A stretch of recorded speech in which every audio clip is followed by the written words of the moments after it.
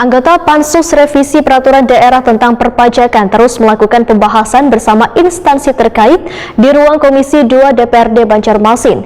Wayah ini ada beberapa perda yang mengatur tentang pajak di Banjarmasin, namun masih belum menyumbangkan pendapatan asli daerah yang maksimal, sehingga seberataan perpajakan akan digabung menjadi perda baru tentang pajak. Anggota Pansus Revisi Peraturan Daerah tentang Perpajakan terus melakukan pembahasan bersama instansi terkait di ruang Komisi 2 DPRD Banjarmasin jelang tengah hari Selasa 11 Januari 2022.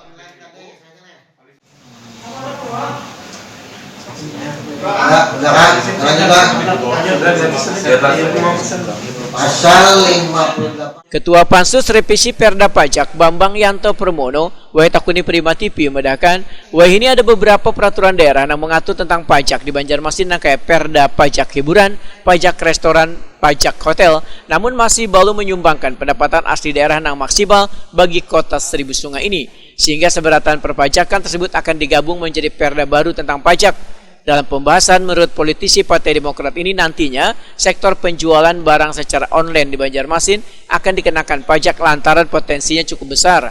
Bambang Yanto Permono menyatakan, bila perda pajak ini kada akan memberatkan warga namun akan menambah pendapatan asli daerah Banjarmasin. Teknis pelaksanaan pengurutannya yang mungkin akan tegas lah. Pedagang online itu masuk apa? Pedagang online akan kita kenakan. Kemarin juga dalam pembahasan, ya cuman aturan payung hukumnya masih kita cari karena selama ini kan dengan warung biasa aja tanpa membuka stand dan segala macam mereka omsetnya cukup lumayan. Nah itu juga kita singgung dalam pembahasan, tapi kita belum menemukan formula payung hukum untuk. Bambang Yanto Permono berharap hadirnya perda pajak ini nantinya akan bisa menarik objek pajak yang masih belum maksimal.